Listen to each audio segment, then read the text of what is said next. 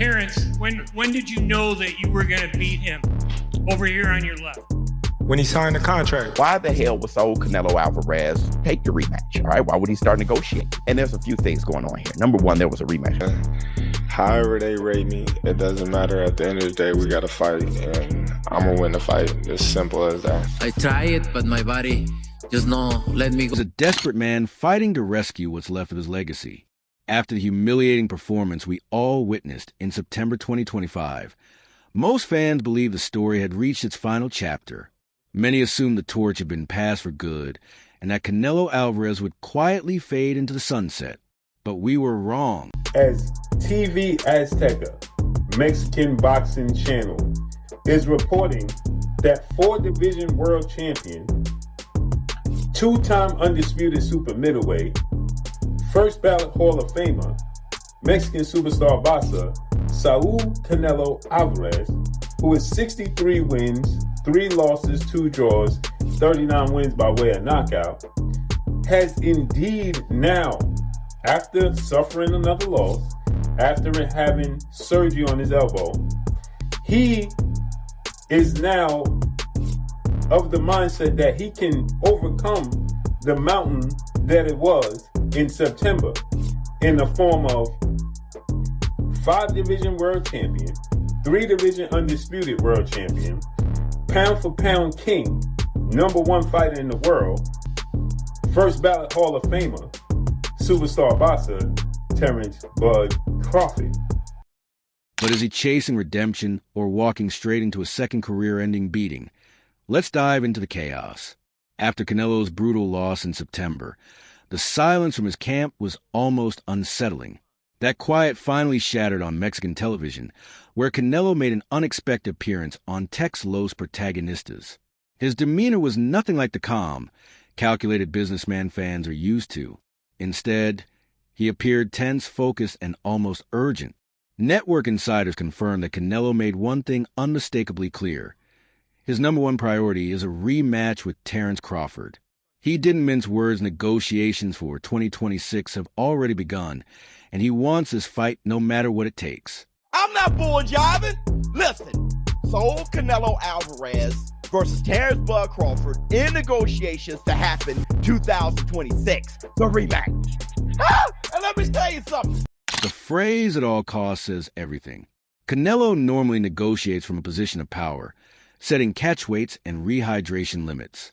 But now insiders claim he's ready to swallow his pride just to lure Crawford back into the ring. A viral clip circulating on X, formerly Twitter, shows a man who looks intensely driven and maybe even desperate. Describe what it all means to you to have, you just made like a whole resume of stuff tonight. It means a lot to me because, anybody can be a nobody, like I said, and that's all they say I've been fighting is nobodies. So what can they say now? Somebody tell me, what can you say now? You can say congratulations. That's it. What can you say? Any words? Thanks. I bet you did. He's not chasing a tune-up or a soft payday. He's fixated on the one man who humbled him, the only opponent who made a legend like Canelo look ordinary. Sure, exactly. I mean, I'm sure there's some kind of wording because Canelo doesn't enter a fight without some kind of wording in terms of a rematch clause. But he's just not going to beat Terence Crawford. The style's all wrong for him, the movement's all wrong for him. And that's what I said. Going into the fight, I really believe Crawford would win in the style that he did. But why this obsession to understand it? We need to revisit the night the myth collapsed, September 13th, 2025. What was expected to be another Mexican Independence Day showcase for Canelo Alvarez turned into something entirely different. The storyline was clear heading in. Terence Crawford was too small, too light, and jumping up 3 weight classes for a challenge he supposedly couldn't handle against the super middleweight king. I mean, excuse my language, the size difference of a bigger man changes everything with one punch. And I can see the same thing. Canelo Alvarez will take any punch from Crawford, but I don't think Crawford will take any punches from Canelo. Remember, Canelo got hit by Triple G, the heaviest hitter in that division. And Canelo took those shots like a champ. I don't think Crawford has anything to beat Canelo. Who's pound for pound, right? This fight will say that, but who has Crawford really beat? Postal? Gamboa? Gamboa wasn't the same after he fought him, but I feel Burns. It's just, look at Canelo's resume. Cotto, Triple G, the list goes on and on. Austin Trout. A lot of world champions, bro. So I feel that's how you measure how great a fighter is through that. So we'll see. But I just feel his resume is just, he's gonna come in this fight, be able to figure out Crawford. But once the bell rang, size meant nothing skill ruled. Crawford didn't just beat Canelo, he dismantled him. The judges scored 11 rounds to 1 for the Omaha technician. This wasn't a flash knockout or a lucky shot. It was a full 12-round masterclass in pure boxing science. I want to ask you a little bit about the history that you made tonight, and I want your opinion on which means the most to you. You became a 5-division world champion. You became the 3rd of 4-division lineal champion with Mayweather and Pacquiao. You became a 3-time undisputed champion, the first ever in the 2, 3, or 4 belt era. And you became the 2nd undisputed champion in 3 weight classes when there was only 1 champion back in 1938 with Henry Armstrong. That's a lot of stuff. You hear that? You hear that? Which do you think means all the most? And all of it. It all goes hand in hand. You know what? Sometimes you try and your body cannot go, right? That's my frustration. Maybe I can figure out Crawford, but my body cannot go anymore, so... Crawford controlled the center of the ring all night, making Canelo miss, making him pay, and breaking down the bigger man piece by piece. The irony is undeniable. For years, Canelo brushed Crawford off as untested and too small. Yet under the brightest lights, the smaller man ended up Don't get me wrong, okay? He's a good fighter, a great fighter. I always say before I see him calling me out and want to fight and everything, I say before he's a great fighter. But if you look at his career, mention one elite fighter. Just mention me one elite fighter. Your reaction to Terence, what he did, that's another crazy thing, right? No, that's not crazy. No, I say it's not crazy because I predicted. I say Canelo was going to get old in the ring that night. No disrespect to Crawford. He did a good... Crawford could have stopped him. He could have. Me being a coach and watching how the fight was going on, he could have stopped him. And I know he's saying it in his mind, but he was being humble of Canelo. He was being humble, and it was a great fight, and it was good talk for the boxing world. And that's what it's all about, to entertain, to get us something to look at. We've been entertained like this for years, for centuries, of gladiators and stuff, going in the ring, representing. Here's where it gets messy. Before their first fight in June 2025, Terence Crawford practically predicted everything. In a now viral interview, he stared straight into the camera and issued a warning to Canelo, "I want him at his best." No, excuses. Crawford made it crystal clear he didn't want to hear about weight cuts, injuries, or anything else once he walked out with the win. About if there's any rematch clause with this fight with Canelo. No, it's not. Is that something you push for? No, I didn't. And there's any weight restrictions to the fight at all? No, it's not. A lot of fighters would like to put on a weight restriction to this type of fight. Why didn't you want to do that? Because I want him at his best. I don't want no excuses. I don't want no, reasons why, he didn't feel good or anything. I want him at his best. When did you know that you were going to beat him? Over here on your left. When he signed the contract. He seemed to focus mostly on body punches, and you were hitting him in the head a lot. Was it your reach that gave you the advantage? It was everything. He wasn't hitting the body or anything. He was hitting my elbow because I was blocking it, but, I think I was the better man. He wanted the win to be unquestionable, yet now the excuses are trickling in. New rumors from Canelo's camp claim he went into the September fight with a damaged elbow, one that supposedly required surgery right after. And this is exactly the storyline Crawford warned him not to fall back on. Now, Saul Canelo Alvarez also, last time you saw him, he's, nursing and recovering from an elbow surgery, which he had an elbow injury going into the fight. So, you start thinking about stuff like that. I'm talking about if you're Canelo, why would you say, let's go ahead with the rematch? I think I got a shot. All right. Being a competitor for one. All right. And number two, the fight was closer technically than you thought because you were in there. And in there, you felt like you were getting your ass whipped. And number three, you went in there nursing an elbow injury. So it's like, I think I may have a chance if I'm 100% healthy. All right. He feels the same way about Bivol because he had a wrist injury going into the Bivol fight. So it's just, you think about all those things. I'm like, let me give myself a shot. Canelo keeps hinting he wasn't at 100%, trying to sell the idea that a fully healthy version of himself would change everything. The problem is fans aren't buying a word of it. The online consensus is brutal. It makes him look shaky, like he walked straight into Crawford's psychological setup by leaning on an injury excuse. He ends up taking credit away from Crawford's dominant performance, which only pours more gasoline on the rematch hype. Why the hell was Saul Canelo Alvarez take the rematch? All right, why would he start negotiating? And there's a few things going on here. Number one, there was a rematch clause. And I do know right after the fight, Saul Canelo Alvarez was like, there was nothing I could do with it. But I think what happens is you start to sit back, let me look at the fights, let me think about this. The fight was closer than I thought. That's what Canelo's thinking, right? Because technically it was. All right, when you think about the copy boxes, put a pin in that. We all know Terence Crawford whooped that man's ass 11 rounds to 1 in reality, all right? But if you count, punches, landed or copy by it, statistically, technically, it was a closer fight. Sure, Canelo has tasted defeat before losing to Floyd Mayweather in 2013 and Dimitri Bivol in 2022, but this feels different against Mayweather. He was young and inexperienced against Bivol. He faced a naturally bigger light heavyweight. This time, there's no excuse. He fought in his prime weight class against a man who began his career at lightweight and still came up short.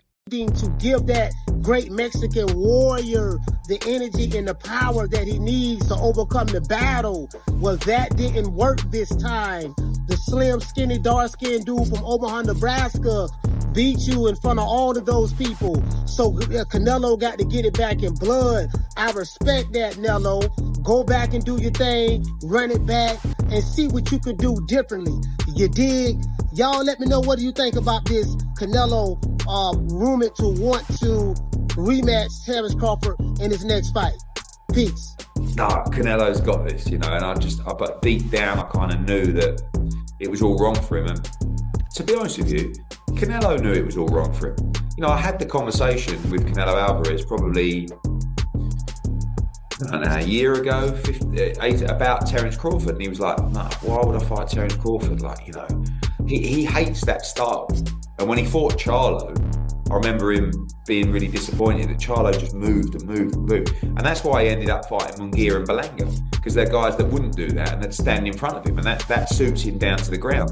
Anyone that's got movement, like Skull, like Crawford, he really struggles against. And when he was a bit younger and fresher, he could probably get away with it and cut it off, but then you see guys like Bivol and Crawford and these guys beat him because of that movement. And I don't know what he does again.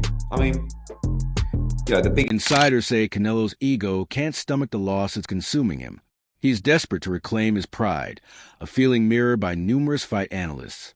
Retiring while a lean man from Omaha holds his crown is unthinkable to him. This echoes the path of legendary fighters who never knew when to quit. The push for a rematch appears fueled purely by pride, not reason or strategy. Hey, yo, peace to the family. Look, I don't saw the report. Terence Crawford, Canelo Alvarez. Canelo is saying, from what they're saying out there on the internet, that he wants to rematch Terence Crawford. I think that's a wonderful thing. It makes sense from a financial standpoint. If you Canelo, your ego is involved as well, because you said all of these things. You said the guy's too small. You said he ain't fought nobody. You said your resume is better than his. You said that there's levels to this. And that small, skinny guy from Omaha, Nebraska beat you on Mexican Independence Day in front of all. The business side of this rematch is shaping up to be a nightmare for Canelo's team. For over a decade, Canelo called the shots controlling ring walks, glove brands, venues, and purse splits. That power is gone. Now, Terence Crawford holds all the leverage. Financial analysts predict Crawford will demand a 50-50 split, or even more, just to step back into the ring. And why wouldn't he? He dominated the first fight. He's doing Canelo a favor by agreeing to a rematch. Remember, Floyd Mayweather never granted one.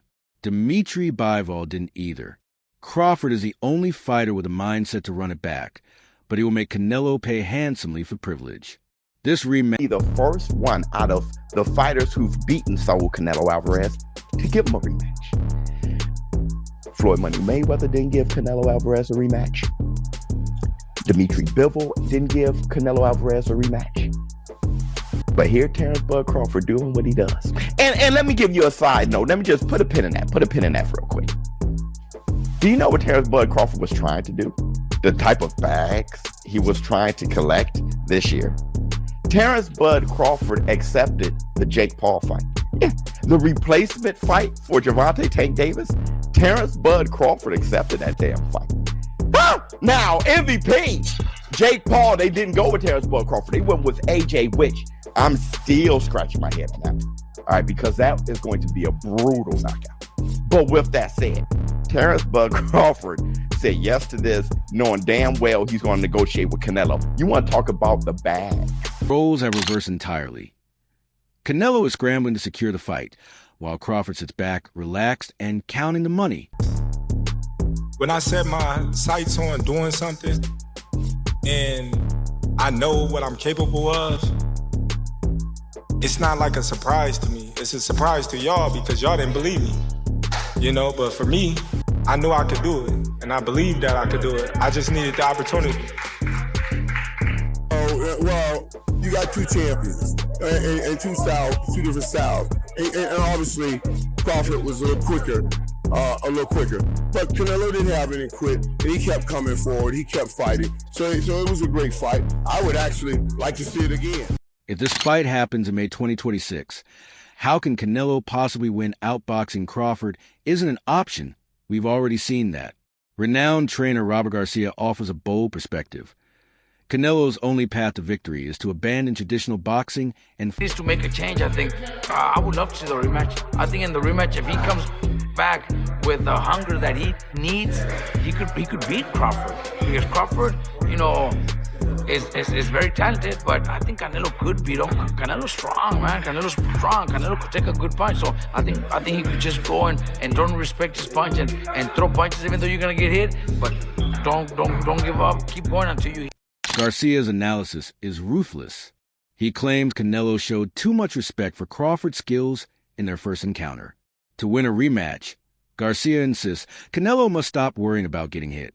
He needs to turn the fight into a brawl, using his legendary chin to absorb Crawford's shots just to land one decisive, crushing punch.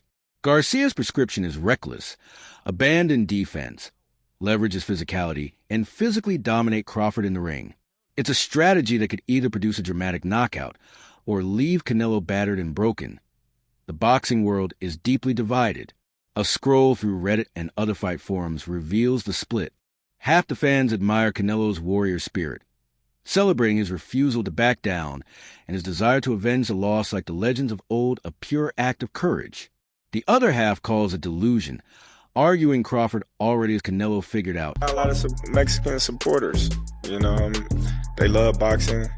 I got a lot of people that I grew up with as, you know, Latino, you know, so, you know, this is for the whole Mexican people that love me and support me.